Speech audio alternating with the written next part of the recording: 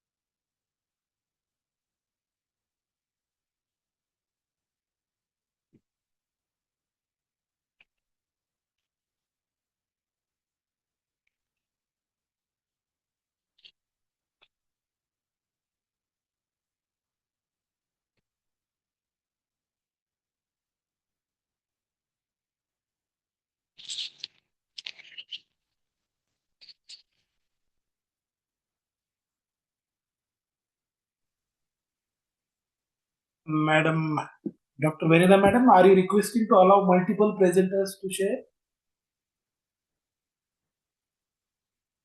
Dr. Venila Madam?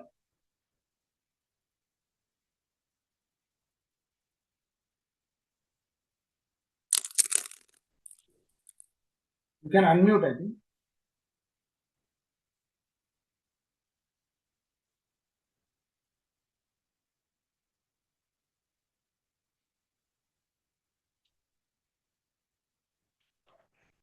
Dr. Venila Madam?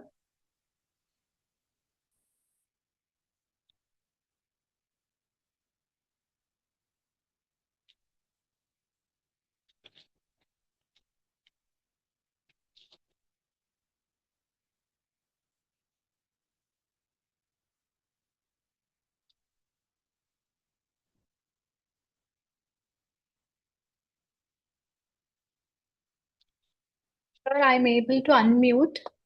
May I share my screen? Yes, yes. Yes, that's wonderful. Thank you.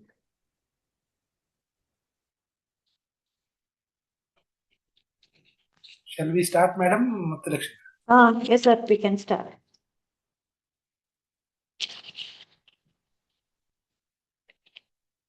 Okay. So, a very good evening to one and all. Now, I take this, I myself, Dr. K. Muthulakshmi, today's moderator, I take this opportunity to warmly welcome you all to the third day of our faculty development program. Now, I extend a warm and heartfelt greeting to all our faculty members and enthusiastic participants who have joined us this evening despite their busy schedules. As we move on to the third day of this FDP, we continue our academic journey with renewed enthusiasm and deeper engagement. Today's evening session focuses on a highly relevant and contemporary theme titled Multimodal Teaching and AI Tools, Enhancing Language and Communication through AI Integration.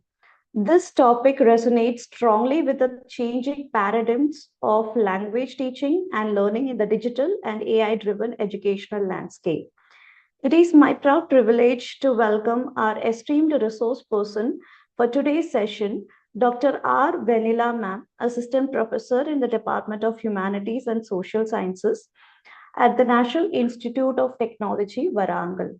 We are indeed fortunate to have her with us this evening to share her insights, experiences, and research informed perspectives on this emerging and impactful area of teaching and learning.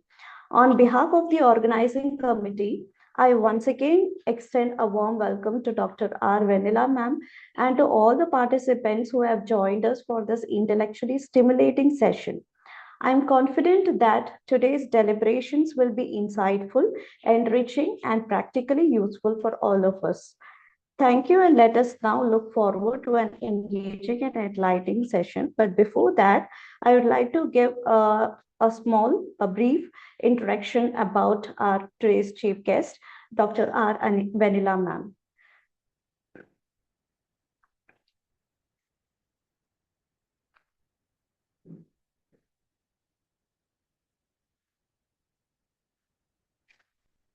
So here is a brief introduction about our resource person. Dr. R. Vanilla Ma'am, she is an assistant professor in the Department of Humanities and Social Sciences at NIT Warangal. She is a trained language researcher and educator with strong academic grounding in English language studies, comparative literature, and the history of language teaching in India. Her teaching and research combine theoretical depth with classroom relevance, focusing on multilingual education, bilingual pedagogy, and language policy in the Indian context. She completed her PhD in English language studies from the University of Hyderabad, where her research examined bilingual English education in colonial India using historical and social linguistic approaches. She also holds an MPhil in comparative literature and an MA in English from the same university. Her academic writing is further strengthened by international research exposure through a Commonwealth split-side scholarship at the Center for Applied Linguistics, University of Warwick, United Kingdom. Dr. Vanilla has taught at leading institutions such as NIT Warangal, SRM University, Andhra Pradesh, IIT Hyderabad, and the University of Hyderabad, and also worked in the corporate sector as an instructional designer at Infosys. This diverse experience informs her balanced approach to language teaching, curriculum design, and academic mentoring. Her research interests include bilingual education, translanguaging, lexicography, language ideology, and the historical development of English language teaching in India. She has published extensively in reputed international journals indexed in Scopus and SEI, including language and history and current issues in language planning. Her work contributes to understanding how language policies, classroom practices, and social hierarchies interact in multilingual societies. Dr. Vanilla is the principal investigator of funded research project supported by agencies such as ICSSR, the British Council, and the Hornby Trust, United Kingdom. These projects address bilingual teacher talk, pedagogic dictionary development for low resource contexts, and social linguistic analysis of maternity and child care leave policies in Indian higher education. She actively contributes to the academic community as a journal reviewer, external examiner for IITs and state universities, and coordinator of national and international academic events. She has delivered invited talks and expert lectures on research methodology, ethical AI, language policy, and historical research across universities and faculty development programs in India. In addition to her research and teaching roles, Dr. Vanilla has held several academic administrative responsibilities, including NBA coordination, LMS and ERP management, laboratory supervision, and student welfare roles. She currently supervises doctoral research in areas such as digital discourse studies, critical genre analysis, post-colonial literature, and language learning motivation. Overall, Dr. R. Vanilla Ma'am's academic profile reflects a sustained commitment to multilingual education, rigorous research, ethical pedagogy, and the advancement of language studies in contemporary Indian higher education. Now, it is my proud privilege to hand over today's session to our distinguished resource person, Dr. R. Vanilla Ma'am. The virtual platform is yours, and now you may proceed with this, ma'am. Thank you, Dr. Muthulakshmi, for a very warm and generous introduction. Just a Thank you, small modification. I have taught Yeah. at IIIT Hyderabad, not IIT Hyderabad. I wish I did, but then it is IIIT Hyderabad. Triple IT Thank you again. Hyderabad. Okay. Thank you again. Such a wonderful, warm welcome. Okay. So today, may I proceed, ma'am? May I? Yeah, sure, ma'am. Okay. So today, the title of my the talk that is given to me is multimodal teaching and AI tools, enhancing language and communication through AI integration. So how do we do this? We have AI, we have multimodality. What exactly is multimodality? How do we understand that? So as we go forward, how do we understand AI as a mediator who comes after the teacher? Because many times these days we are all worried whether AI will take our jobs like all sectors. So in that case, how do we stand with making our pedagogic moves in class? What are pedagogic moves in class? And what is multimodality? These are some basic terms I would like to establish, problematize, and go forward. And I have brought some examples for our discussion also. This is not a lecture. Please, if the organizers permit, may I ask the participants also to raise their concerns as and when, or should we keep it at the end? As per your convenience, you can go, ma'am. Then the participants can very well post their yes, opinions or that queries, will whatever be it good, is. ma'am. That is more Yes. preferable. If they can Let just us. stop me or tag me in the chat, I'll be keeping an eye on the chat also. And please post your concerns, any comments, any remarks, any additional examples immediately on the chat as and when we address that point. Now, today I'm going to talk a little bit not about the concerns about AI, how many tools to use, what kind of tools to use. This session will not address that. It is about the pedagogic judgment of when to use, to what extent to use. Again, I'm not going to address the ethics of using AI. I'm going to trace how we can. There are two primary arguments I'm going to pose in this talk. Number one is that teacher comes first, AI comes next. In what way? In what kind of steps? If I'm teaching, if I'm making meaning in class, where does my part begin? Where does my part end? And where does AI come in? That exact recording of the dynamic process is the first part of my argument. The second is oracy. What is oracy? The orality, the speaking aspect of language practice, language assessment, feedback, that can take a forefront in AI context. When we are overwhelmed, when we are using multimodality, when we have difficult circumstances, we can use oracy, and that's the second part of my argument. And all this I'm trying to time and again, what I'll do is I will try to showcase how AI is not just giving answers, but it is shaping the answers itself. So this talk definitely comes out of my work in this career of English language teaching, training, where questions of interaction, voice, and meaning making, all of these have been central. Whose voice? Who is making this point? So rather than treating AI as a sudden disruption, I'll definitely situate this within long-term concerns in language teaching about how students are participating, how feedback is circulated, and how norms of acceptable language are produced.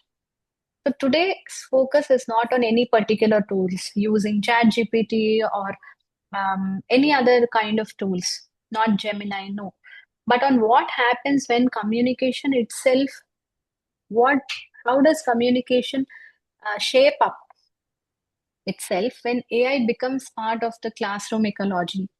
So, because many universities now, including IIT Bombay, we have in India also, we have strong AI statements slowly coming up. I will address that as we go forward. So, why AI changes how meaning is made? How come it changes the meaning?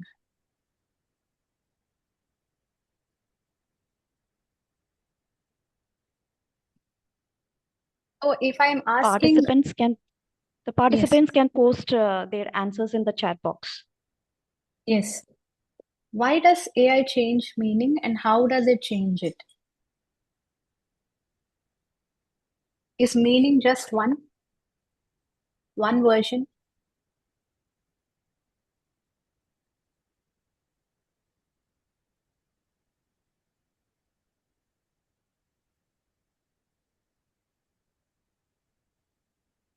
So much of this current ideas about AI that we have, it is about efficiency, how efficient we are in using AI, how assessment becomes very transparent. But then I'm trying to frame this problem not around productivity or efficiency or ethical regulation. We can all be ethical or unethical depending on the context. While these conversations are important when we are talking about tools, efficiency, assessment, and ethics, they often assume that language is something that can be transmitted or optimized. We feel that AI can just give language and it can be in control of a human agent. I'm trying to frame that as an issue.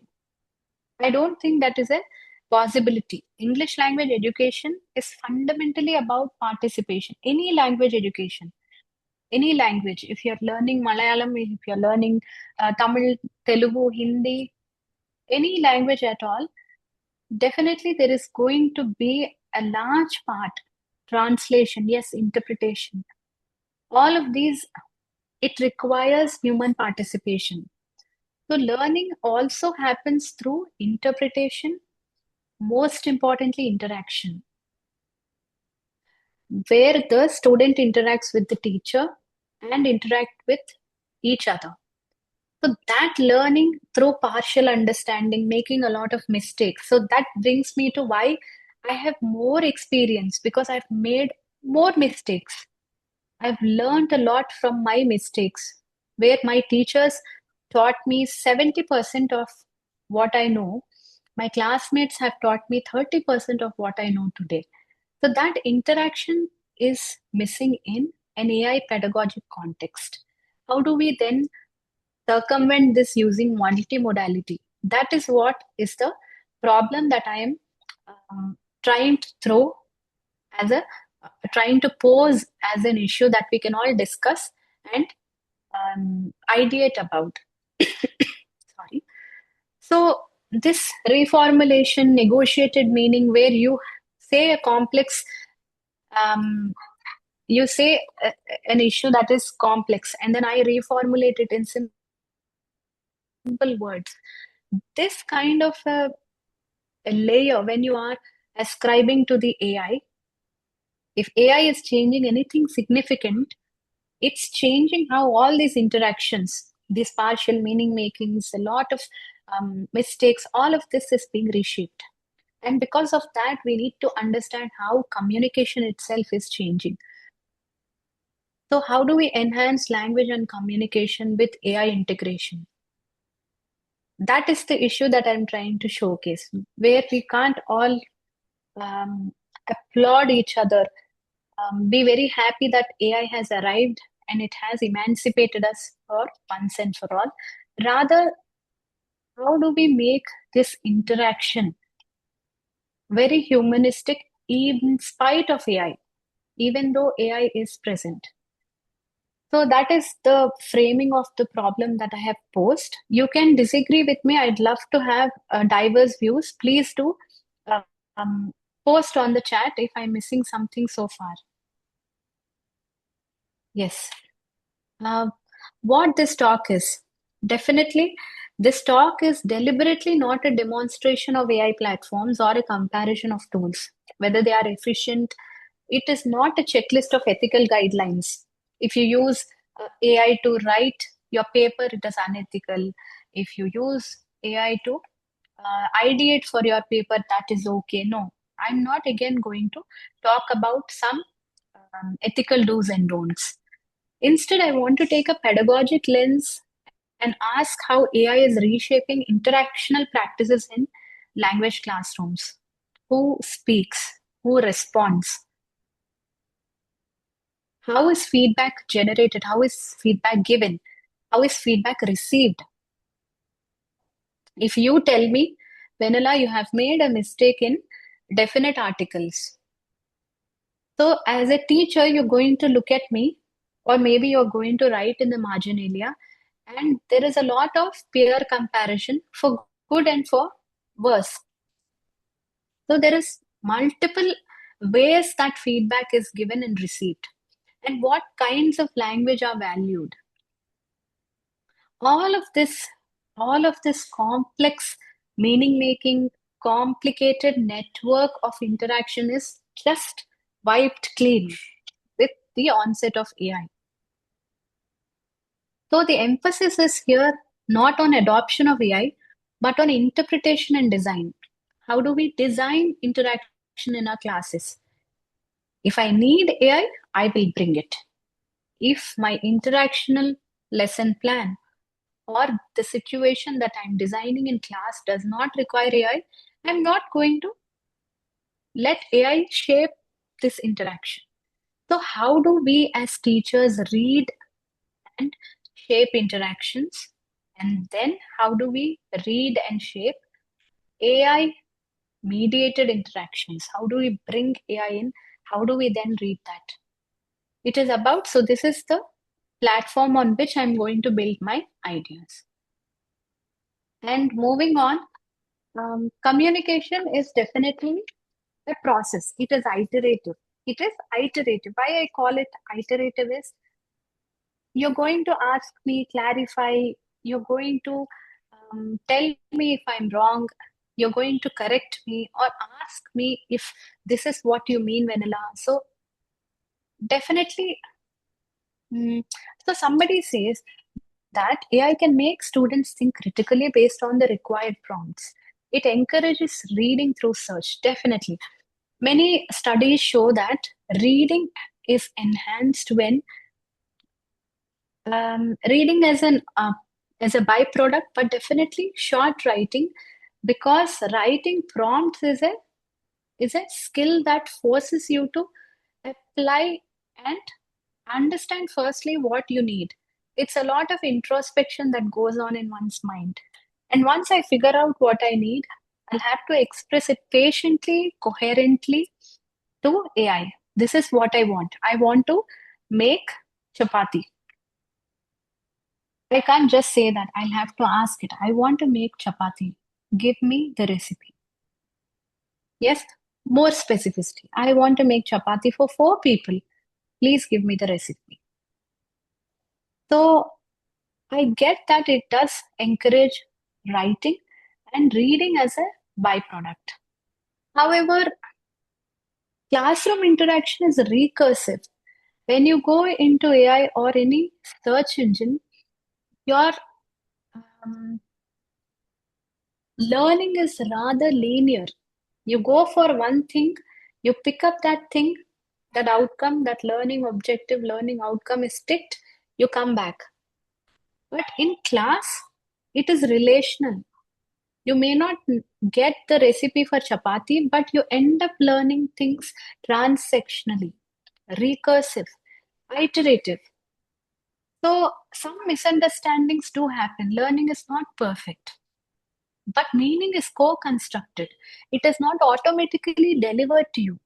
So in the long run, your critical thinking is enhanced. Your socio linguistic competencies are all the time increasing. Your understanding of where to talk, when to talk, how to talk is actively based on practice. It is becoming enhanced. It is co-constructed.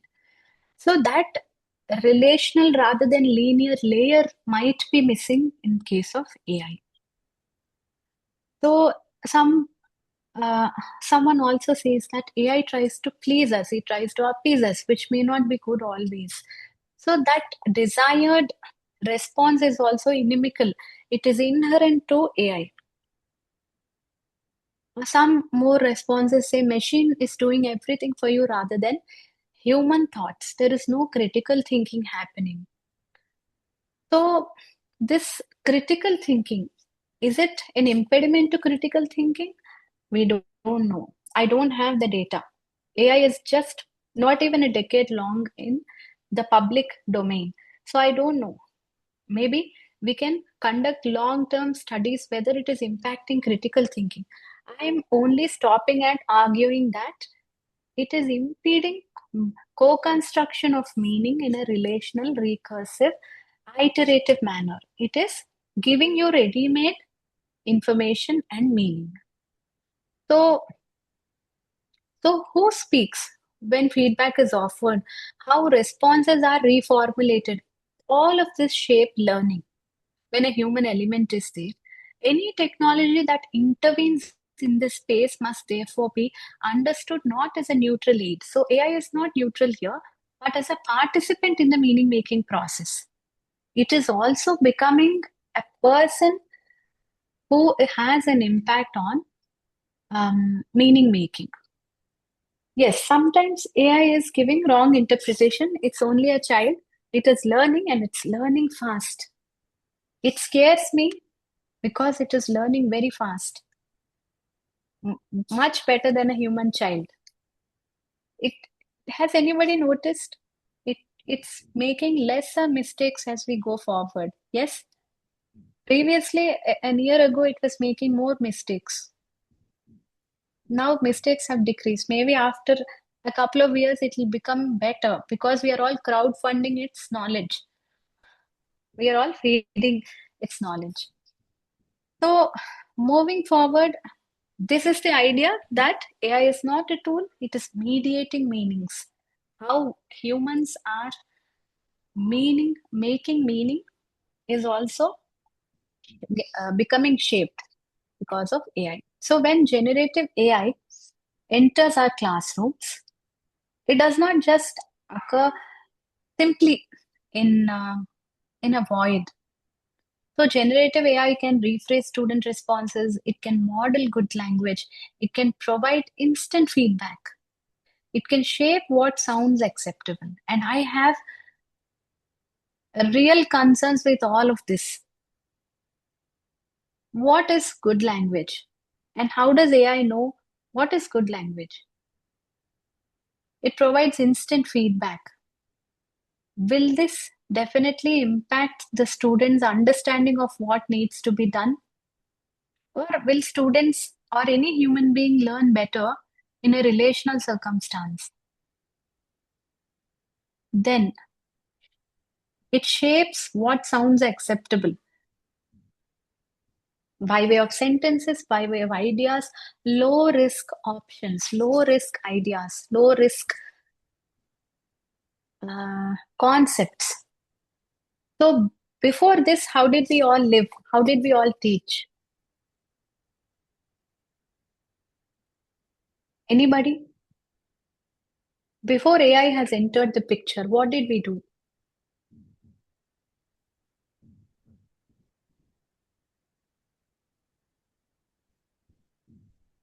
I can't remember anymore. Manually, yes. How did we do it? I remember taking a lot of prints. I remember painstakingly giving them before COVID. I used to write a lot of marginalia feedback. It was very difficult because my average class size is 100, sometimes more. So that is just one section. So this was a challenging aspect. Then COVID hit us. Then there was online submissions, and we have this rubric-based um, feedback. We were also giving them activities to think. Traditional chalk and talk methods were used. It was through discussions. So Dr. Archana says it was through discussions. I would like to take it from there. That's very useful for where I'm going. Oracy is what we have done before. It was very deeply social. It was interactional in practice. We used to talk a lot with our students, where we could balance whose voice is being amplified. We could balance that diverse kinds of language are being accommodated in classrooms, and a lot of struggles are not bypassed. Students were left to struggle alone in some issues while learning. The others, we were there to support them. So before AI entered our classrooms, oracy was already understood in language education as deeply social and interactional. Speaking between teacher and student was never to produce perfectly grammatically shaped sentences. It involved negotiating meaning, managing turn taking, responding to others, and positioning oneself within classroom discourse. But aren't we still doing this? We are still doing this. I still do this. I still talk to my students. So, what is so much different about before AI and after AI? What is the scaremongering about AI?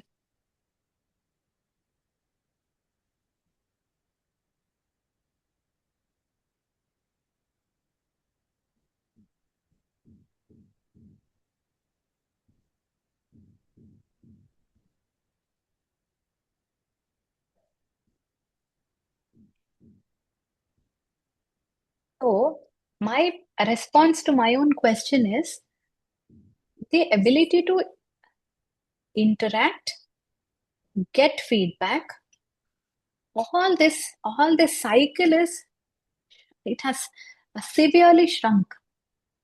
So oracy research has consistently emphasized that learning to speak is inseparable from learning how to participate. how to enter conversations, how to sustain them.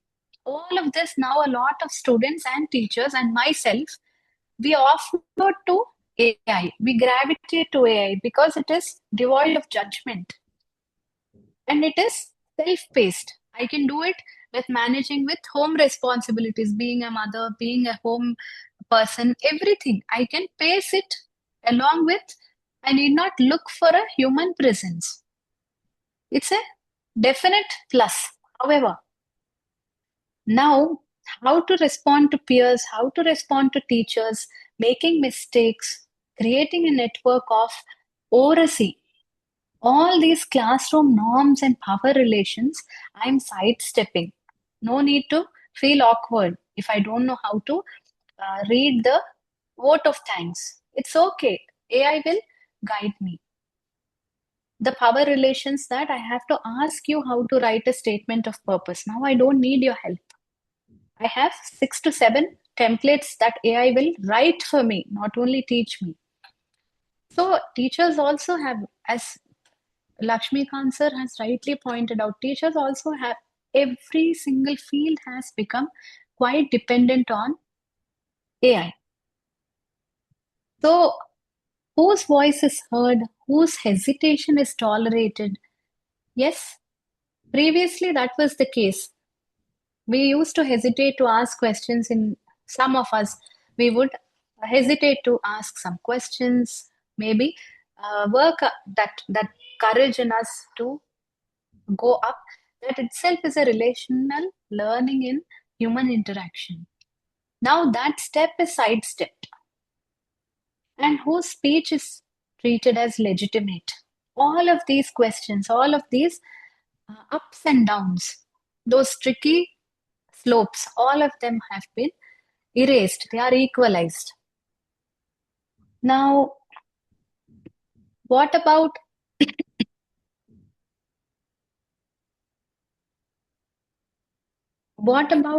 oracy then?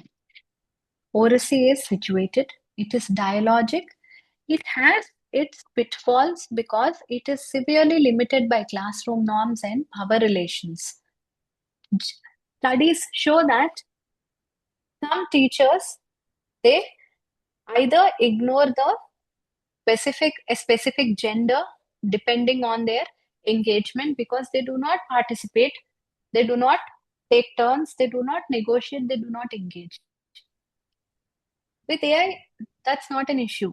Even if they don't engage in class, they can go out, they can bring themselves up to speed. However, speaking with others, not just speaking correctly, making errors, all of this, managing stance, all of this is, it's lacking now. So spoken language or oracy, we cannot take it away from interaction. No, no matter how much we can employ AI in lesson planning, design, feedback, and interactional aspects of classroom. So oracy is something I'm looking at as a very social interactional practice. This is the last citadel. This is the last fort that is standing, which cannot be replaced by AI in language classrooms.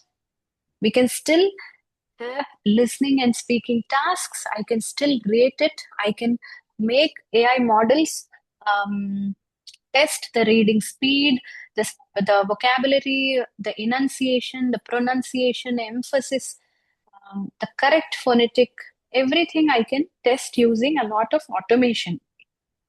Many digital tools are there.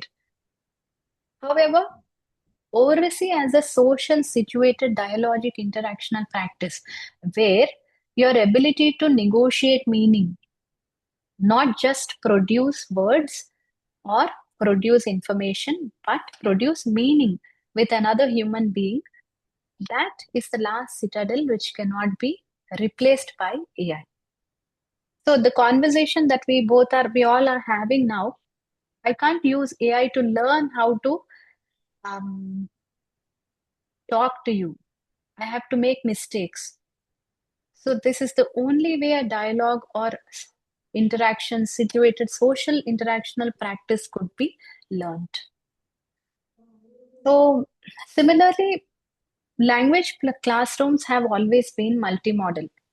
Removing technology also, it has always been multimodal. You clap your hands, you sit down, you have rhymes, you have recitation, you have chart work, you have colors, you have you have origami. Teachers have always made classrooms multimodal. Whatever the subject is, could be science, social science, it could be higher education. We have always tried to make it multimodal. Teachers would laugh, they would use humor, they would use chalk, they would ask students to look at the textbook, they would ask them to stand up and respond. Lot of media are being used here. So now I have a question to the audience. What is multimodality then? What exactly is it? Is multimodality only when I use technology? Or can I use this word even when I'm not using technology?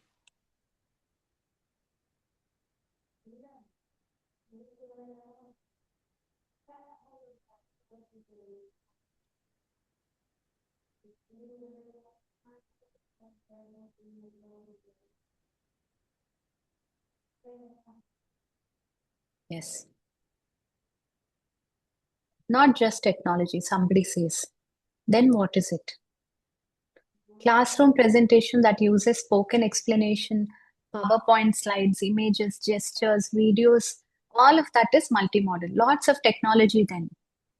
PowerPoint can be used without technology. Multi means many, so it can be with AI or without it.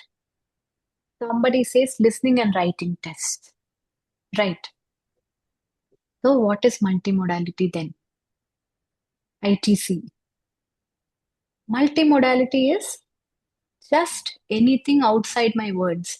If I don't know how to use a computer, I don't own a laptop, nor do I know how to use a smartphone. Still, I can make my class amazingly, vibrantly multimodal because multimodality is just interplay of speech, gesture, where I am using my hands, or walking amidst the classroom, where I am using board work, chalk and talk, old, conventional, normative chalk and talk, visuals, any charts or just drawings, tone, up and down of my tone, pacing, and finally silence.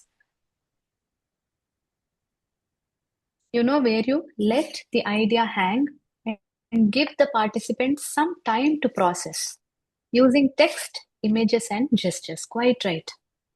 Yes, use of eyes, dumb charades, yes, that is an activity based multimodality. But multimodality is anything beyond words. Yes, no need of technology. At the end, I will share you how I have tried, how I'm still trying to compete with AI for my students' attention because it has been a challenge for me. Let us compare notes as teachers and see how we can make interaction possible in class.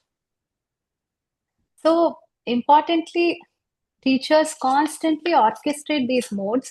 Often unconsciously, we are anyways doing this. We use gesture to clarify meaning, writing key phrases on the board, modulating tone to signal emphasis or evaluation. To evaluate for some student who has given the right response, I might say, ha, ha, not yes, not okay, not good. I would just give a sign, a verbal sign, ha. That means, yes, you gave me the right answer. Even that is multimodality. That means only one medium, one mode is not carrying the meaning. More than one modes are working together to shape understanding. So, understanding does not reside in any single channel, but how all of these are coming together. Now, we know that multimodality is just anything in class, not relegated to just the teacher talk. So, what changes with AI? What is this hullabaloo about AI?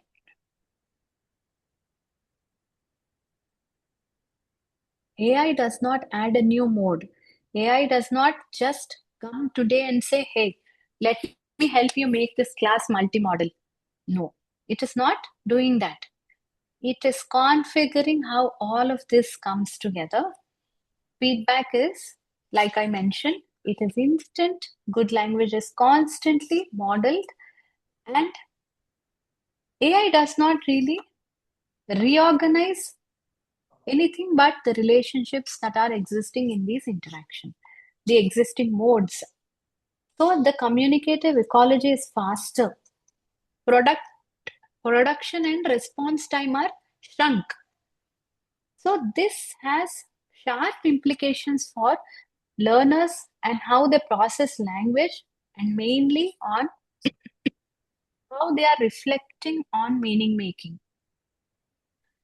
There is no need to reflect now. The time has shrunk. So to make meaning, to think about making meaning is outsourced. It is a shift. It is not an enhancement, it is a shift.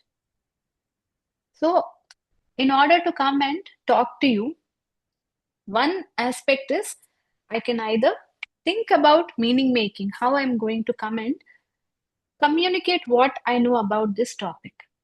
The other aspect is put everything on ChatGPT, ask what to talk to you.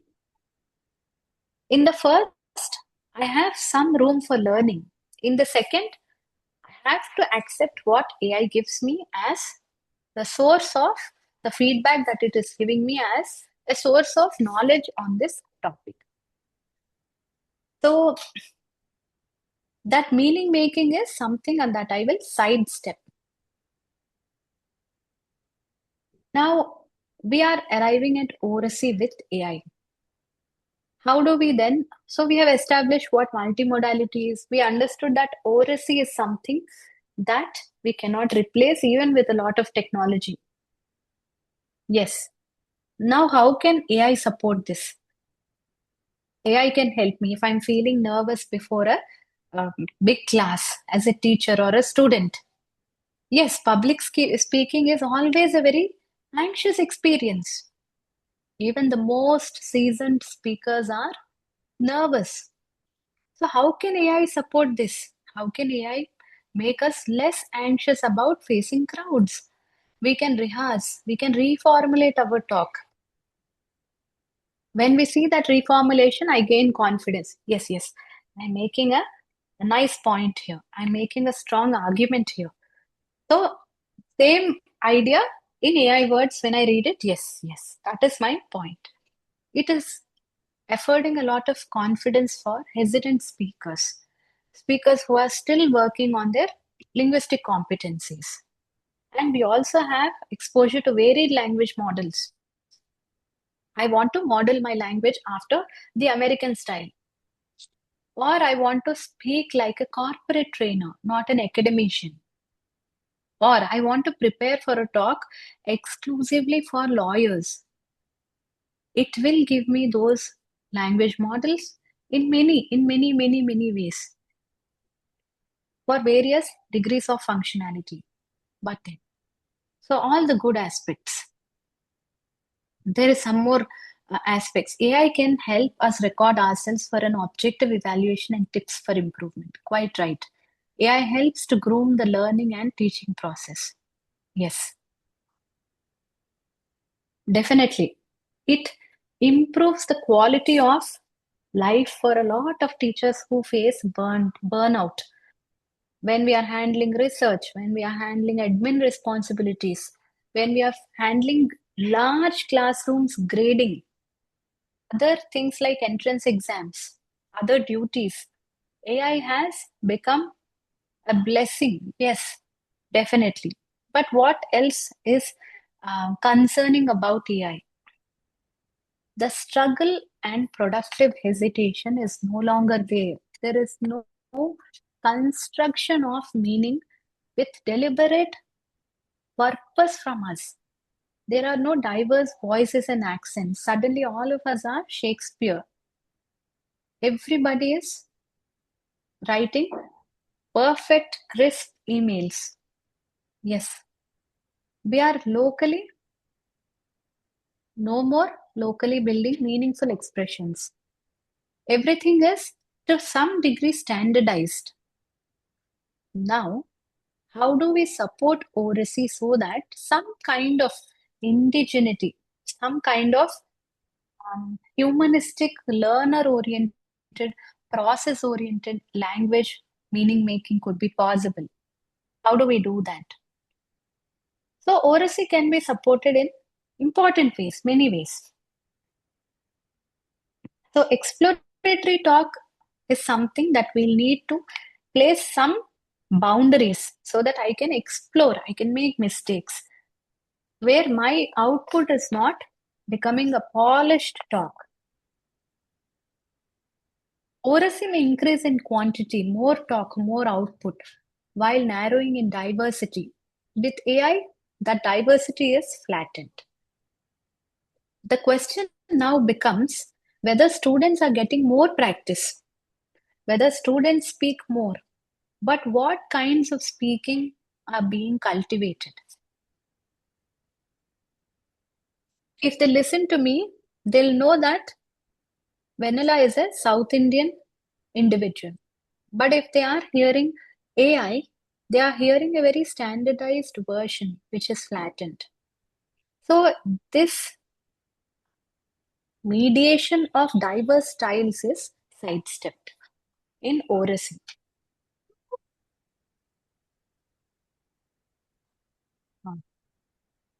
Just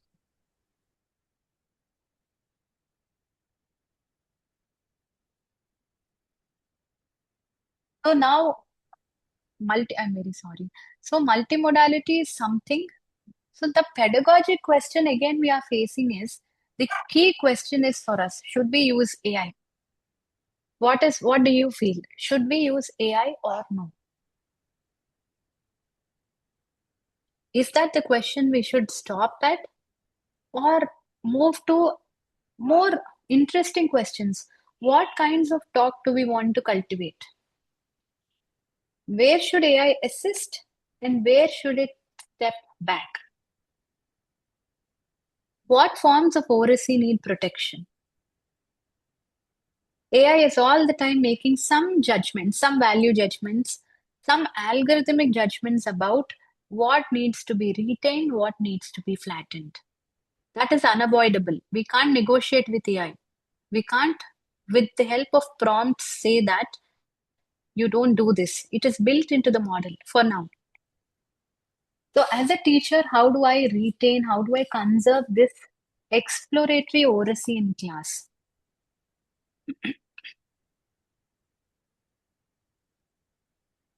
Now, most institutional conversations frame AI as a tool, something that supports learning, speeds up tasks, or improves efficiency. But this framing is not adequate in classrooms. I can tell that it helps me write emails, it helps me write minutes of the meeting after after a departmental meeting. But then in language classroom, generative AI, it produces language, responds to language, reshapes interaction. Then what are we really doing with the students? AI does not merely assist communication. In that sense, it begins to function as a communicative agent, not like a human agent, but an agent in the interactional sense, something that participates in meaning making. Earlier, the student to do it, whether they like it or no, whether they are good at it or no. But now AI is mediating it by way of written assignments, by way of responses, by way of quickly, surreptitiously, when they look at the phone. So when I'm asking somebody what is a thesis statement, immediately they can look at things and give me a scholarly answer. Yes, thesis statement is that sentence that comes at the beginning of the passage, and then it also indicates what is the main idea of the passage. So it is instantly the phone tells me the generative AI is something that is participating in meaning making. Once we recognize this, we can no longer treat AI as neutral or peripheral. It becomes part of the communicative ecology of the classroom. Earlier, I am at the mercy of the student is at the mercy of the pedagogic process in the classroom. So if the teacher is not well prepared for the class, they will have to face the uncertainty of meaning making in class.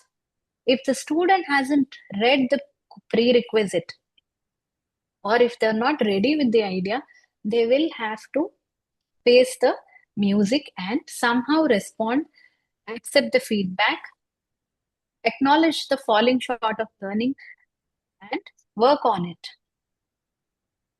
So, apart from the pedagogic requirements and language expectations, how does AI emerge as a reformulating agent? I'm not sure how many people have experienced this, but when we go for a movie and we meet someone and they also say, yes, yes, you saw that movie? I also felt the same thing. So that reformulation, that reiteration, that validating of that experience, it is wonderful, isn't it? Yes? So, or you have experienced something, you have experienced the taste of food, or you have looked at some monument, or you have watched some political news. Sharing that with somebody has a different experience, and this strongly emerges from revoicing and reformulation, where your ideas are reformulated. So, what does AI do here? It rephrases student input. It gives the student a lot of confidence. It expands partial responses.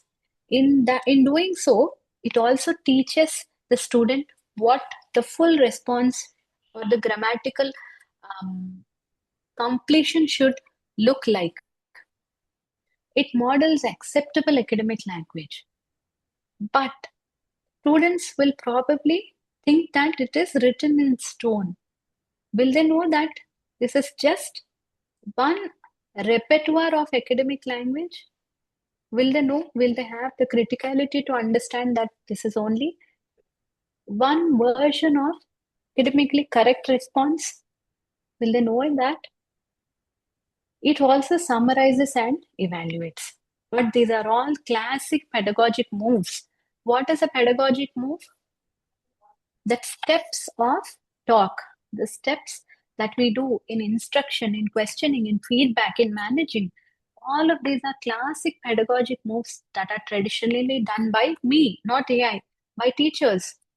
Now, AI performs the revoicing, and AI is changing the fabric of the pedagogic moves about authority, ownership, and most importantly, the visibility of learning processes. So far, any questions? I'd like to just check if there are any points that we can elaborate before moving forward.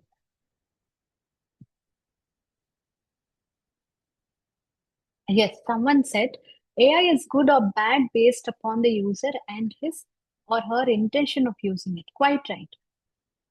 Irrespective of intention, meaning is actively being made. Yes. One more response says we should use AI as and when needed to little extent of information. Yes. Can we use AI to instantly translate, summarize what the classroom teacher is saying into individual language and learning style? Yes. But my question would be, what would be the language dialect that the in your individual language, what is the standardized version of that language? Why is AI choosing that? Will it accommodate if I ask it to do it in my dialect? Will it accommodate or give me versions of it for other learning styles? What if all of this is quite ready made? Next time, if I have to learn something, will I proceed about with more exploratory purpose, or will I be bored? Array, too much of work. I don't want to do this. Let me just go on. Yeah. Will that become a habit? We don't know. Student can choose the dialect, yes. Definitely. With the right prompt, the correct uh, prompt, if we write, definitely AI will cater to it. But what about the exploration, the half-hearted attempt that they will make next time? Will there be the partial response that is there? These are the questions I keep wondering. When AI is a part of the communicative ecology of the classroom, will there be relational learning? What if the student asks 2 to 3 peers, classmates, and discusses it with the teacher? Won't they learn other things beyond this? That's my um, that's my question. I don't know the answer, but I'm trying to understand and problematize.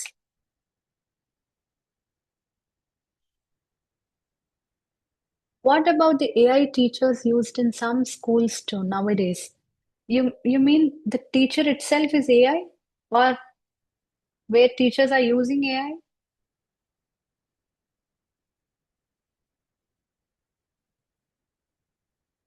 Princely man, did you mean the teacher themselves is just a AI teachers? I haven't encountered this yet, but it is slightly alarming for me. The best part of human interaction is validation and eye contact. I'm not sure how AI teachers are going to tick these boxes. And there is another response. Yes, only a limited number of selected dialect language versions are interpreted by AI for now. It is, as of now, at an evolving stage, and I'm very confident it is going to overcome that obstacle also. Definitely, in a couple of years, more dialects, more language versions will add.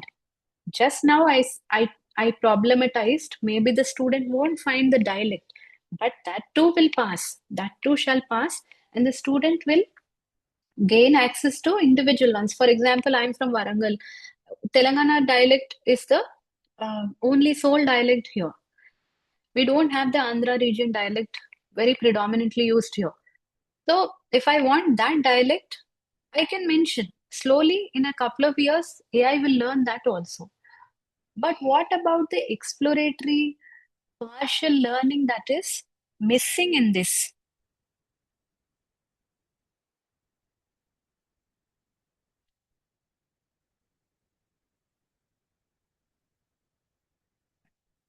So, values, behavior, and ethics cannot be learned.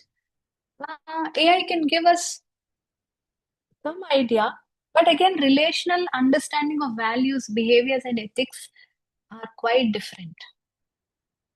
So, AI might tell us that this is polite, but cultural politeness is vastly different. Yes. So, have you? So, I'm just going to pose this question to all of us. How many of us think that um, using a question form to our elders or to our teachers is slightly disrespectful in writing, using question marks or questions? So, if I'm writing to my senior teachers or the head of the department, can you send this document to me? Question mark. Is this desirable, a preferred way of writing, or can I say, dear madam, sir, please share the document? Thank you. The first one or no? Can you send the document? Question mark. Thank you. Or please send the document. Full stop. Thank you.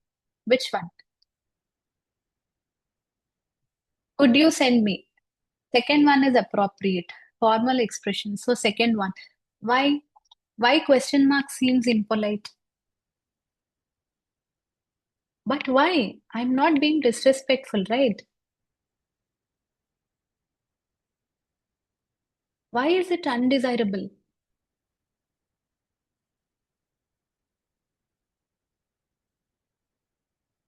Values. But where are these values coming from? It's very culturally embedded.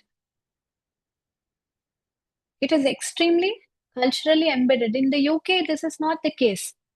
It's not construed as disrespect. And teachers very much disliked when we address them, Madam, Sir. You please call us by name. So why do we feel that questioning our elders or superiors is bad? Yes, can denotes ability, not a request. It's like, can I come in or may I come in? It's two different things. But then I'm more trying to problematize the politeness of the question. Can you send me the document? Or can you please send me the document? Or please send me the document. So that culturally embedded aspects AI will not be able to know. That visibility of process, that visibility of learning, this that I have made visible to you, this learning has come to me after making mistakes, after talking to people, after interacting and writing. AI may not know this. How I know this is I read the emails that my students write to me. AI does not pick up on this. We have to give it additional prompt. I have to tell that do not write like this. This email is for my superior. Remove the uh, remove the question mark and make it a statement. Ensure that the language is differential. It has to be differential, right? So this kind of prompt, it tells me that there are so many nuances to meaning making, especially in multimodal worlds. Leaving technology also doesn't matter. So we need to understand how we can enable ourselves and students to become more fluent at all of this and more. That is, how do they become fluent at interactions, not just information.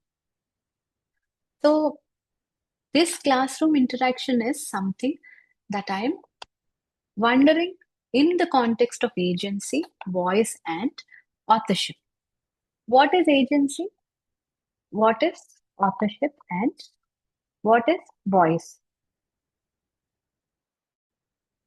Anyone?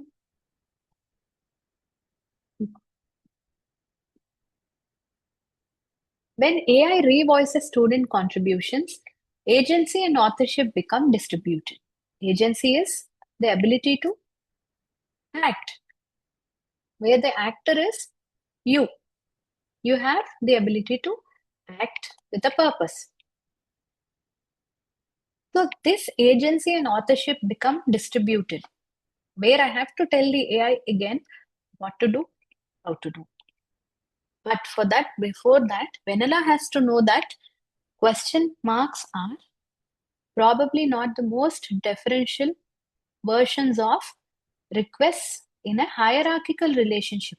That is, you're older than me, you're more powerful than me, then it is desirable that I go with statements rather than questioned sentences.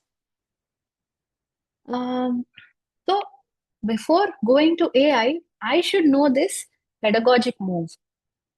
I should be aware of this. So, who is speaking when a student reads out an AI generated reformulation? If the student is reading an AI generated assignment, who is speaking? Whose voice is being heard? Is it ChatGPT 5.2 model or my students? Or some institutional norm, algorithmic understanding of good English? हाँ US English लगा दो हाँ UK English standard है Research on AI and language education suggests that Participation can increase while ownership becomes blurred. We cannot distinguish anymore between the student and AI. Students may appear more fluent, but their relationship to the language they produce becomes more complex. Participation, in other words, does not automatically translate into empowerment. It is not empowerment.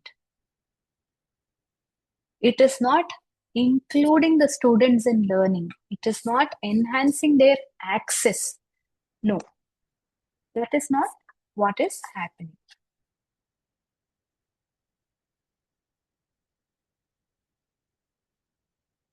Now, when can AI undermine learning? When will it undermine learning?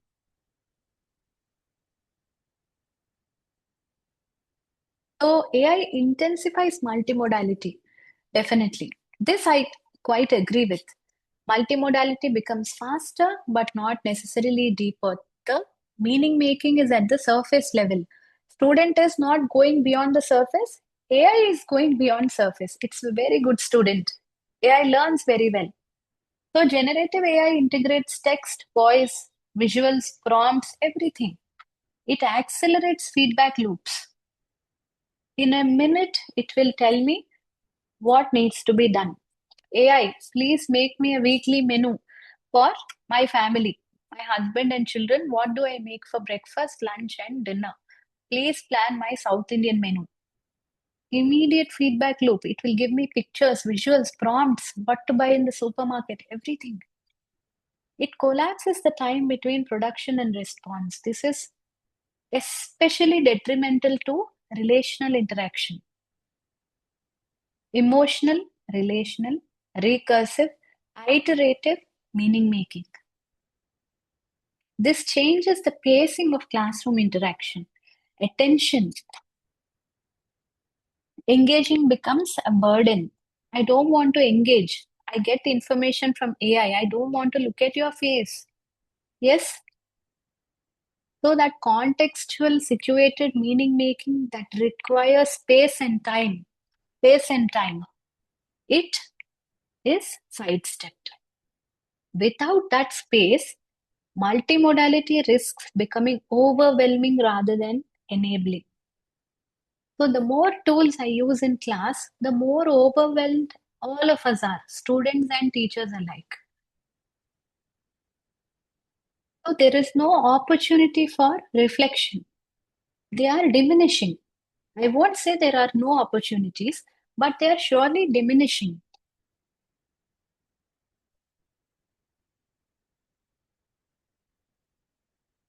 Now, what AI cannot do? It limits our ability to communicate with agency. AI cannot experience classroom relationships, comparisons, competition, social dynamics, where we can interpret silence meaningfully. Whether my students are sleeping post lunch in my class, or whether they are genuinely processing a question I have just posed, AI cannot make sense of that. AI cannot decide when struggle is productive. It does not know when to let the child fall. Children also need to fall. Every learner needs to fall, including me. When I don't know something, yes, Excuse me, madam. Will you just stop that annotation? Somebody started again. I think you rejoined, right? First you joined, I think you yes, went. yes. Sorry, sir. I am trying to. Yes, I am trying to. Yes, I have disabled it now. Sorry. So every learner must be willing to fall, including me, including anybody who is on their journey of pedagogy. But more importantly, where I, as a teacher, I'm in the class and I am proceeding on some pedagogic moves, and I expect my student to have Z plus one. Yes, they'll have to reach out to grasp. So these are pedagogic judgments where a human eye is much better than AI. They are not technical tasks. AI can model language, but not pedagogic judgments. It cannot model teaching. What AI cannot do is exactly that. And what AI can do, even as generative AI becomes very fluent, there are crucial aspects of teaching that it cannot perform. Despite its linguistic sophistication, AI cannot read classroom relationships. So, recognizing these limits help us place AI more thoughtfully within our classrooms rather than expecting it to replace pedagogic expertise.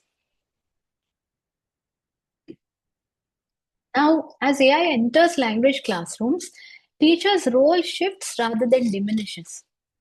Teachers increasingly become designers of interactional spaces rather than sole sources of linguistic input, for good and for worse. They decide when AI enters an activity, when it steps back. Teaching becomes less about delivering content and more about orchestrating communicative flow, deciding who speaks first, how responses circulate, and when reflection is required. This reconfiguration foregrounds teacher expertise rather than replacing it. Now, like I promised, I'd like to share my uh, experience of semesters where there was an overwhelming push towards AI. So, when AI was there last semester between, say, January 2000, no, July 2025 to December 2025, I taught a class of about 108. And there was a large surge of um, AI use. No matter what I did, however much we engaged, there seemed to be a lot of dependence on writing tasks with AI. So then I realized that I'm asking them to refer to things on Google Classroom in class and outside the class. And when they pick up their mobiles or their devices or their laptops in class, you can't say, open this tab, but not ChatGPT. If this is okay, the other thing also is okay, right? Use of one technology is okay, but the other one is not. And students are also aware that teachers have increasing dependence on ChatGPT, on AI. Any child asks, but mother, you do it. But father, you do it. But teacher, you do it. Yes? So that's the overall understanding. So I switched gears. This time, I have asked them to borrow a textbook from the library. They are not happy, nor am I. But then these days, I ask them to read page number so and so to page number so and so and work it out on paper and pen. I am trying to encourage oracy in class. In class tasks have increased in number and exams are just three. Whatever term paper they've got to write, they can write in class, handwritten, and they can submit it. So this is a tough task for large classrooms, but it has definitely improved diverse voices. That struggle, that reflection, that partial, grasping of meaning, that exchange of ideas has definitely shifted from before. So, as in closing, I'd like to also welcome you to reflect on how to adopt, what are our pause points, what are the exit points for AI in our pedagogic moves in language classrooms. Across this session, what I have tried to do is I've tried to reframe how to think about AI in English classrooms or any language classrooms by returning to first principles. We began by recognizing that language learning is fundamentally about meaning making and interaction, not information transmission. We revisited oracy as a social practice and multimodality as the everyday condition of classroom communication long before AI has entered the picture. From there, I argued how generative AI reconfigures communicative ecologies by participating in revoicing, reformulation, and feedback. Lastly, we focused on pedagogic judgment, how teachers decide when AI supports learning, when it narrows it, and when it should step aside. The central thread throughout has been that AI reshapes how communication happens, but it does not determine what good pedagogy is. So, lastly, as AI tools continue to evolve rapidly, platforms will change, institutional pressures will intensify, and new expectations will emerge. What remains constant is the teacher's responsibility to protect meaningful talk. It's very anxious for me as a teacher that onus continues to fall on me as a mediator between AI and student. The most important decisions are not about which AI tool to adopt, but what kinds of communication we want to cultivate within our students, among our class, and what kinds of struggle are we willing to preserve. Some struggle needs to be there. What is that struggle? Why should they struggle? Should we conserve it? If yes, how do I preserve it? AI can assist, accelerate, and amplify, but it cannot replace pedagogic judgment of a teacher. The enduring question for language educators then is not whether AI belongs in our classrooms, but how thoughtfully we place it within human interactions. So, these are some sources I have used to put together my arguments. And if the organizers permit, we can briefly discuss.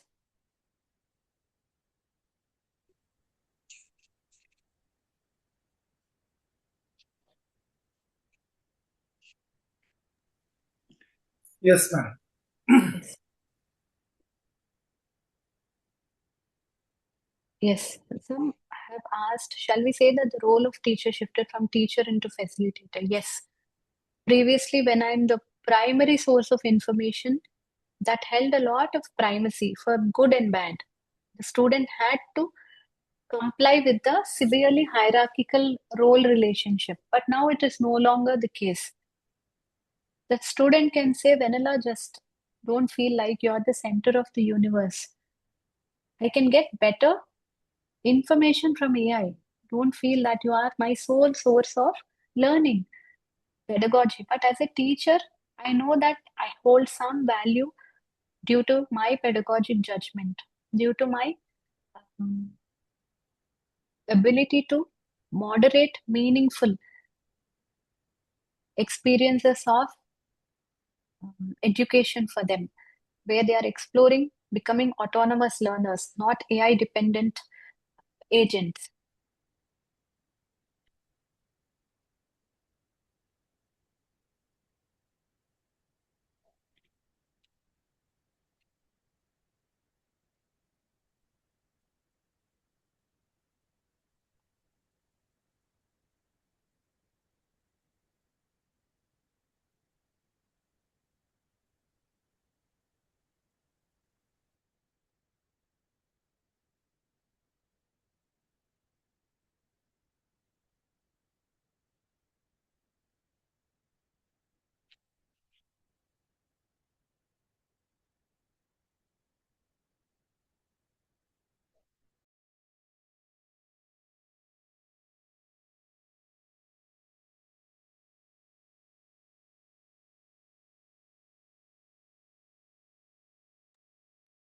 Yes, yes. AI helps in creating different things, but we cannot expect accurate things without our corrections. That's right. It's still learning, and it's a sharp student.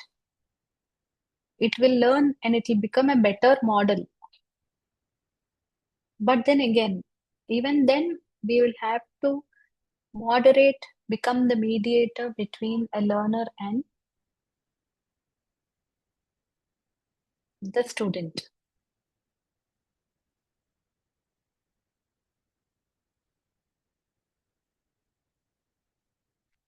How can we update ourselves to avoid being replaced?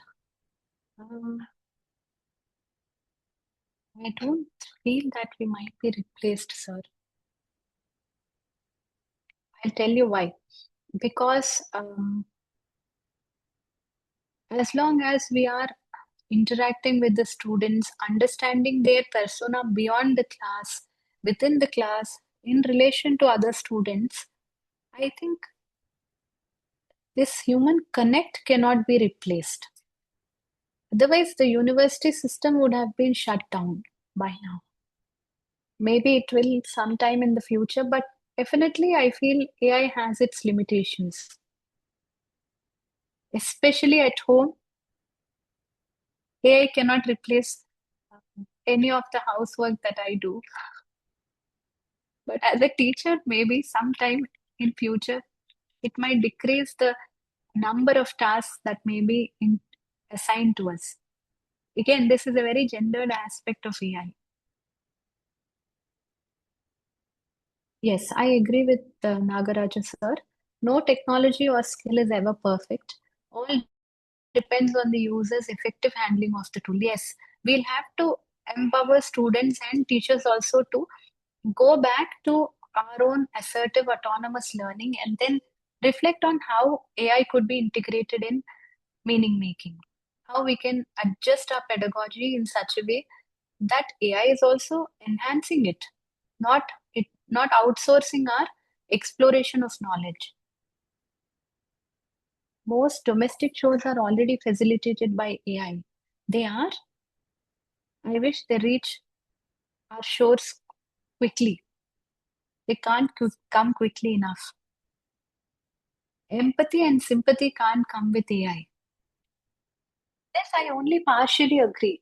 AI is a wonderful therapeutic counseling source for many. I have outlined an assignment in my previous semester where they have to give AI 15 questions about the pressures of being a student in a national level university. And surprisingly, AI has consoled them, AI understood their issues, and it has helped them understand themselves. So that way, empathy was there, sympathy was there. And AI is very strict about policies of self harm, talk about self harm, talk about harming other human beings. The algorithm does not even record testimonies of self harm. If if an individual is writing about their attempt to self harm, AI does not record it. It will still give empathy and sympathy, but it does not record it. So the algorithm is strictly in service to humans. It serves humans very well. It doesn't understand the emotions and relational intimacy between teacher-student interaction yet. It does not. Yes, a lot of lonely learners do learn very well with AI because there is no judgment. It is quite asynchronous. That is, I need not make an appointment with a colleague or a professor. I can sit with AI anytime after the house quiets down or sometime in the morning. I can do that. Now, how can we create our class interactive in the presence of AI? In many ways. So I mentioned, one aspect is I knew that the students won't write their assignments without AI last semester. So I asked them to show me their prompts. Your prompts have to be grammatically right. They have to be clear about what you want.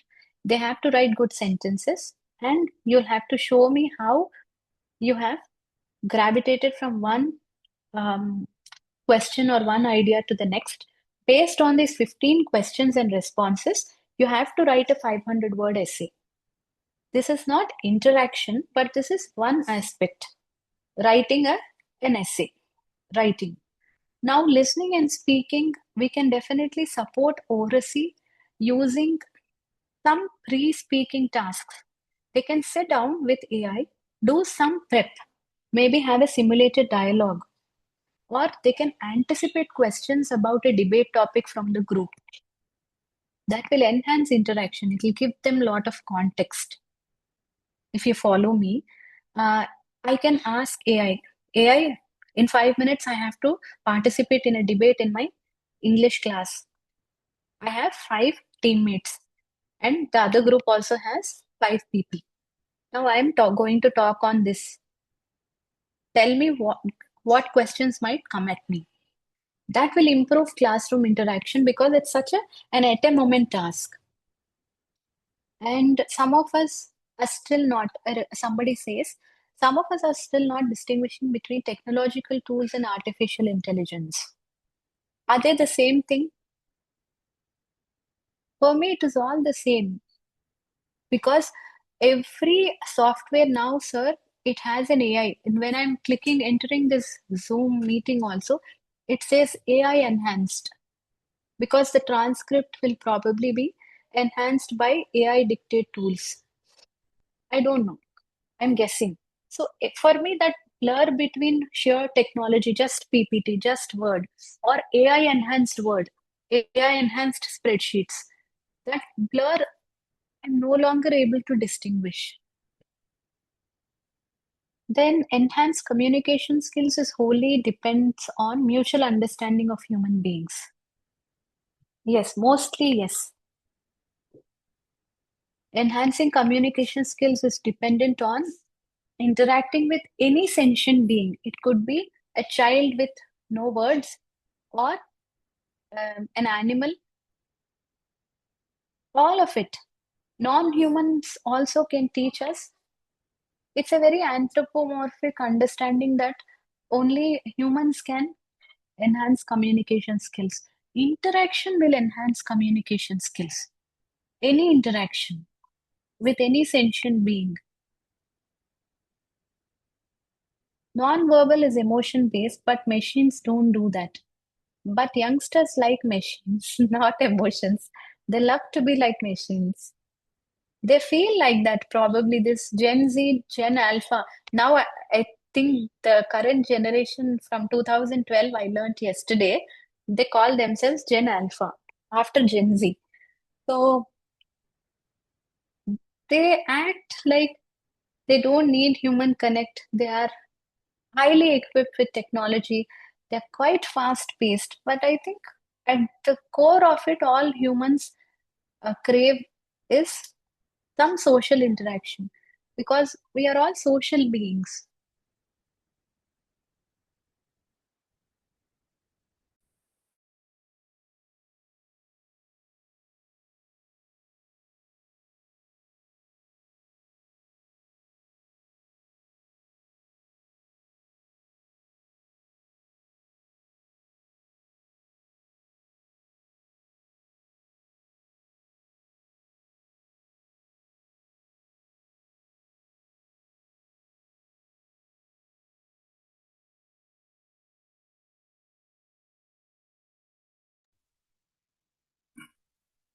Madam, would you like to allow them to speak?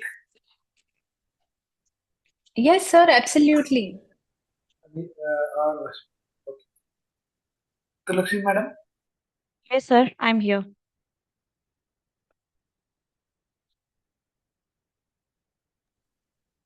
Participants, if you have a direct question, you can unmute and ask.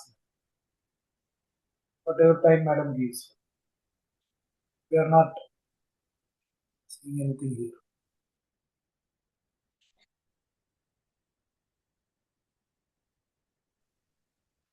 Participants, I think you can unmute. Good evening, ma'am. This is Rajalakshmi from Tamil Nadu. Am I audible? Yes, yes. Yes, madam. Uh, ma'am, I'm an English professor, ma'am. I'm an English faculty in an engineering college. Here, what I felt is AI is prominently used by the students for writing assignments, ma'am. So, how do I prevent my students from that? Because I am giving some writing assignment for the purpose of developing their writing skills, isn't it? So, in that case, if they go beyond uh, this AI tools, I felt I'm not secure in making them to expertise in their to developing developing the writing skills. Yes. So in what way I can prevent them? Because if it is speaking or listening, that in other either ways, in all the remaining skills they can manage, somehow they can manage. Even though if you used AI, they have to make a role play in while coming to the assessment, but in the writing assignment I don't know how to prevent it, ma'am. Okay. Can you please give us some inputs related to that? Yes, ma'am. Yes, yes. Ma'am, actually, I'm going to ask more doubts than clarify this. Now, my question is, these are students coming after 12 years of schooling, correct, ma'am? And suddenly the onus is on you and me at the undergraduate level in higher education that they have to become autonomous second language writers. That too, maybe in academic writing conventions, suddenly. But if I'm coming from a rural background, or if I'm comparing with you who had maybe better education as a classmate, I would want to dip into the forbidden AI pool. And for me, lately, I also wonder, do our students need to know how to write a statement of purpose? Is it necessary? Can't they get that from the AI? Should we teach them? Yes, I will teach them. But is it a skill that they will require in through their life, through their entire life? So these are my doubts. When I'm entering into a classroom, I don't have a definitive answer. How to avoid AI is maybe have more in-class tasks where you are giving them micro assignments. Um, what I do is, ma'am, I ask them to first write the introduction. I give them the rules. I tell them, listen, the introduction has to have a thesis statement. You do that this week, one class. Second class in this week, you do the middle part, first paragraph of the body. Then this kind of an in-class writing, I'm trying to ask them to do using transition markers, whatever mechanics of writing we teach them, we do that. But at the end of the day, I keep thinking, it's enough if they know how to write a good passage or some kind of report writing structures or research articles. But some genres, I feel it is all right if they are offloading it too, but I won't tell them. I'll never let them know that it is okay. But uh, I feel as a teacher, whether at all, these are skills that they need for the rest of their life.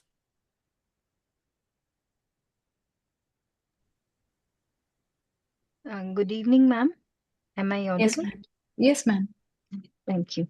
Ma'am, you explained it so well that a doubt again comes into my mind that it's really very good that they use AI tools and they practice with it and everything is right. But still, as a teacher, we are there to make them learn the language. And when I talk about learning language, then LSRW comes. So Yes. it's not all about speaking or listening and understanding. It's about writing part again comes, and the same problem uh, happens with me in my college also, because I'm not teaching literature. I'm teaching them engineering students a compulsory English part, pharmacy students a compulsory English part, where they treat English as a matlab, unimportant subject or extra Right. burden to themselves. But I know if they learn it, then it will be an add on quality in their career. So I again and again tell them to learn, but I'm very, very frustrated with this AI that it Yes. it helps them in so many ways, that whether I ask for presentation, whether I ask for writing, whether I ask for anything, they do it with the AI, but I can't help Yes. it. I've experienced the same thing. So I try to ask them to do it in class, more in class work. But slowly I'm also being critical of what we are including in the English courses itself.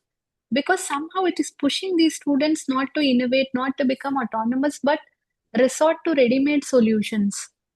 Why do they not like trying it out themselves? Should we change something that we are teaching in class too?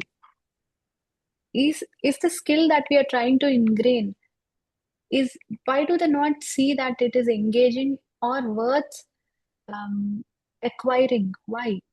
That is also what is on my mind on this, man. Ma'am good evening ma'am. Good evening, sir. Ma'am मैं आबिद रजा हूँ और मैं Yes, sir. Punjab से आपसे बात कर रहा हूँ। Ma'am Okay. आजकल मैं क्लास में हम बच्चों को पढ़ाते हैं, तो जब हमें असाइनमेंट देते हैं या उन्हें कोई भी अकादमिक संबंधी कोई भी उन्हें हम टास्क देते हैं, तो लगभग मुझे ऐसा अनुमान है लगभग 80% बच्चे जो है ना वो एआई से हू बहू मतलब उनके सारे वो हम टॉपिक देते हैं वही शीर्षक देते हैं हूबहू वो कॉपी करते हैं पेस्ट करते हैं एज इट इज लाते हैं। Yes. तो being a teacher being a faculty हम सबसे ज्यादा अकाउंटेबल हैं। तो Yes. हमारे सामने चैलेंजेस हैं, चुनौतियां हैं। तो इन सारे चुनौतियों को कैसे मतलब हम इसको एग्जीक्यूट करें, इसको कैसे सॉल्व करें ma'am? Sir, I got 95% of what you said. Please forgive me if I make any mistake. My Hindi is not No, no, at no. the top. I'm understand, ma'am. I'm understanding your English very, but Okay. I cannot So actually. I understood everything you said. Right. I'll Okay, good. respond to this. You please correct me. Oh, no issue, Sir, ma'am. I feel that students, yes, I feel the same thing that it is not 50%, sir. More than 50%, I think, of the class, they're quite reliant on shortcut. For me, I feel that breaking this into micro tasks. In fact, somebody also suggested that, Nagaraju sir has suggested that breaking everything into micro tasks. So, passage writing, break it. More aspects that I brought into class is reflective writing, where I asked them to reflect on their learning. 5 questions every class. What did you learn this class? What uh, did you feel about this learning? Did you like it? How will you make use of this learning in your future? Then, how will you understand how to use this in the context of your life? Only such 5 questions every class. So, if there are about 36 to 42 classes, I'm expecting at least half of those entries, 18 entries, 20 entries. This I will correct for grammar, for accurate expression, for use of definite articles, etc. Write just 2 lines or 3 lines at the end of a class, no problem. Or per week, write one entry in class, reflective entries. So that also could work. But again, I'm just thinking, why would they go to AI so enthusiastically? What in these 12 years of schooling is making them feel that writing is difficult and writing with AI is easier, or thinking with AI is easier? Ma'am I am getting your point, लेकिन जैसे आजकल ये जो बच्चे हैं आजकल में जैसे ज- चूंकि बच्चे बहुत एक्टिव होते हैं, उनका माइंड बहुत कॉन्शियस कॉन्शियस होता है और वो हमारे चीजों को बहुत अच्छी तरह समझते तो हैं, लेकिन उन्हें हमें ट्रेंड करना है। हमें मतलब अपने नेशन के प्रति, अपने स्टेट और अपने सोशल अकाउंटेबल के लिए बनाना है। तो कहीं ना कहीं एआई मुझे लग रहा है मैम कि जो इंटेलेक्चुअल माइंड्स को किल कर रहा है, और विशेषकर बच्चों के लिए बहुत नुकसानदेह है, इसलिए क्योंकि आप देखेंगे और उसमें सबसे ज्यादा अकाउंटेबल हम फैकल्टी हैं, टीचर्स हैं, जो Yes. सेकेंडरी सीनियर सेकेंडरी में से जो टीचर्स हैं। और कहीं ना कहीं हमें इसको थोड़ा सा फिल्टर करने की जरूरत है, कहीं ना कहीं हमें थोड़ा सा इंस्पायर करने की जरूरत है, जिससे बच्चे ज्यादा तो इसका कुछ अगर सोल्यूशन अगर हो गवर्नमेंट ऑफ इंडिया की तरफ से, या कुछ ऐसे गाइडलाइंस हो एकेडमिशियन की तरफ से, या यूजीसी की तरफ से, या स्टेट गवर्नमेंट से, तो क्या आपको लगता है कि आपके क्या विचार है ma'am? Could you give me the what is your approach, what is the perspect regarding this? The resorting to AI. जी जी, yes yes ma'am. That's the thing, sir. I feel somewhere this autonomous ability to think, ability to write, ideate, somewhere socially, emotionally, we'll have to bring a human to human interaction back. But that is going to be tough as increasingly we are all gravitating towards a solitary sort of individualistic society. But again, students also will need to balance. At the end of the day, they are the future. We cannot teach them at every point, but we can try to show them that critical thinking and enjoying the pursuit of exploration is more enriching than just getting ready-made outputs from AI. For me, I feel that as a teacher, if I go into the class with energetic tasks, sometimes out of 10 times, I think at least half the time, students, that energy carries over to the students. They also seem to feel that, hey, our teacher is quite enthused about this task. Why don't we also try? The reflection, nudging them, breaking the tasks into realistic goals. It's a lot of spoon feeding, but it does work sometimes. Ma'am, Ma'am, I am thank Akim you ma'am, thank Tudral. you so much ma'am. Hello, ma'am. I have an issue to ask. If you kindly permit, then I'll go through. Yes, sir, sure. Okay, ma'am. I am working as a PhD research fellow at Chittagong University of Engineering Technology in Bangladesh, as well as taking some classes for diploma students. The interesting issue is the guardian of some diploma students urges to uses AI for making some assignments directly, and interestingly the guardian helping their childs to use AI because it is ready-made and very easy to use, and if you want to get some 2 or 3 pages or 500 words assignment, then it is very easy to use, but unfortunately the skill of the students are drastically harmed. Could you Yes. think some guardians need also this awareness to don't use AI directly, or it may reduce the quality learning or education in the higher study level? You mean the guardians or the parents? Is that The no? parents awareness is needed. I think that is very important in some levels, especially in Uh, the mid level or in the higher study level, don't know if the parents have because caught on they are, yet. they are ma'am, they are the guardian is also interested to helps their child by using AI directly. Oh, And they are. I got some. Yes, it is. It is very interestingly observed in Bangladesh. So the guardians are okay if, or they are encouraging if the ward or the child is using AI to complete the required classwork. Yes, they don't do any brainstorming or don't go for deep No, planning no, or no. deep thought. That's the problem in India too. This is how I think they're not willing to go beyond what is strictly there in the scope of the assignment.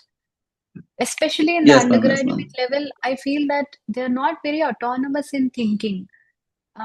Outside the Yes, yes, class, ma'am. they are quite highly invested emotionally, but inside the class, how do we probe their interest?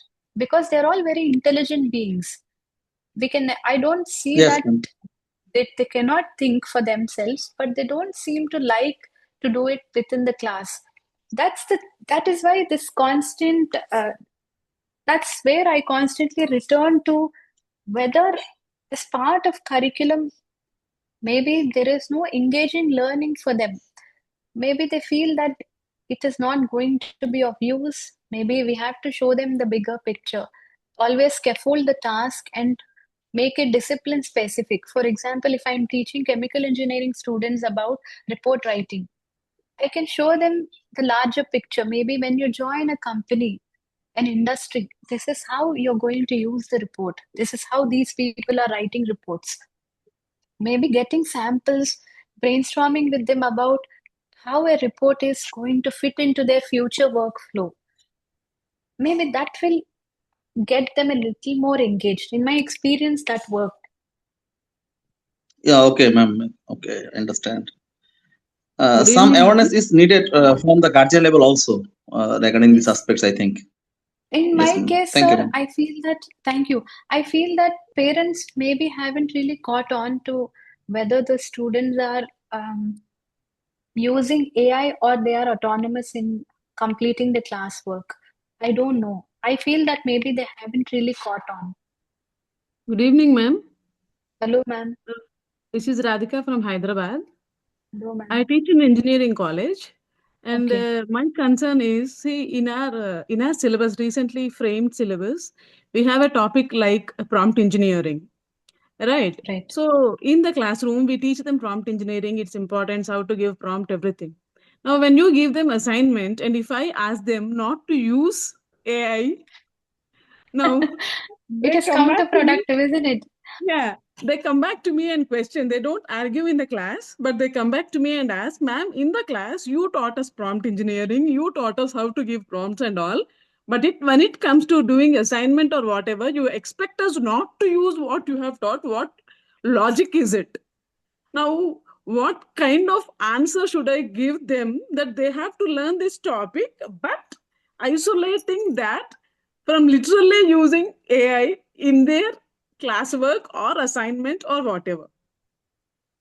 So, yes, absolutely. I mean, students are children are the first ones to critique the practice if we are not doing what we are preaching. So, IIT Delhi and IIT Bombay have had similar problems where they are encouraging students in showing their prompts. You are going to use AI, now show me the prompt. Okay. To use it or not to use it is no longer the question. If you are going to use AI assisted content, first refer to it. Clearly cite it in the captions, footnotes, or main text. That is the first tranche. The second is show me your prompts. Tell me how Yeah. you have added and show me the responses. Show me how you have integrated into your learning. And they don't have something like 30% of AI is okay. Whether it is 100% or 200%, show me how you have designed your prompt, whether your ideation is offloaded, whether you're asking it to just give the assignment or asking your assignment to be refined, or asking if there are any other sources you're missing on. That right balance, if it is there in the AI prompts, then they are allowing it. Okay. But So this again, is what faculty, this yes, is again, what I was faculty doing, but members. not to the extent of you have told, but I asked them to show their prompt. But at the end of the day, it's a tough time to be a teacher, I feel, because nothing is working, man. Turnitin, paper poll, AI detection, nothing is working. If I have to do a police job, I should give it my 24 hours. Of course. I have to police Yes, whether ma'am. they are plagiarizing or no. Um, Again, that won't fetch anything. I can catch them red-handed, but again, that will only distance them from the learning. Yes, ma'am. Okay. Thank you, ma'am. Thank you for the Thank you. response. Thank you.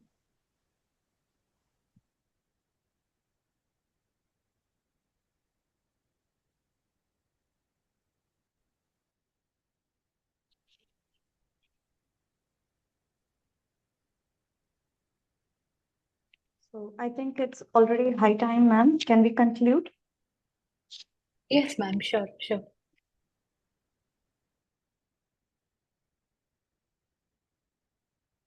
So I request the participants, if ever if you have any questions, you can message me in the chat box. I'll note it down and we can have the answers later. So every day, last session and the previous session also, I have noted a few questions from the participants. So if ever you have any questions, you can type in the chat box. So we are at the concluding session of today's FTP. So on behalf of the organizing committee, I would like to express our sincere gratitude to our esteemed resource person, Dr. R. Vanilla, for delivering such an insightful and intellectually stimulating session on multimodal teaching. Thank you very much, ma'am. Your session was really beautiful, blended with theory, with practice, and offered us valuable perspectives on multimodal pedagogy. So the clarity of your presentation, the relevance of examples, and your thoughtful engagement with participants truly enriched our understanding of contemporary teaching learning paradigms. So here, I would like to thank our respected head of the department, Dr. G. Srinivasulu Gaud sir, and I also thank the organizing committee members, coordinators, and all the faculty members and participants for their enthusiastic presence and active engagement throughout this virtual session. We truly appreciate your cooperation in making today's session meaningful and successful. We look forward to your continued participation and warmly invite you all to us for tomorrow's FTP session as scheduled. So as usual, we are going to have a new resource person with a new topic. So with this, we formally conclude today's session. Thank you and have a pleasant evening. Thank you, ma'am.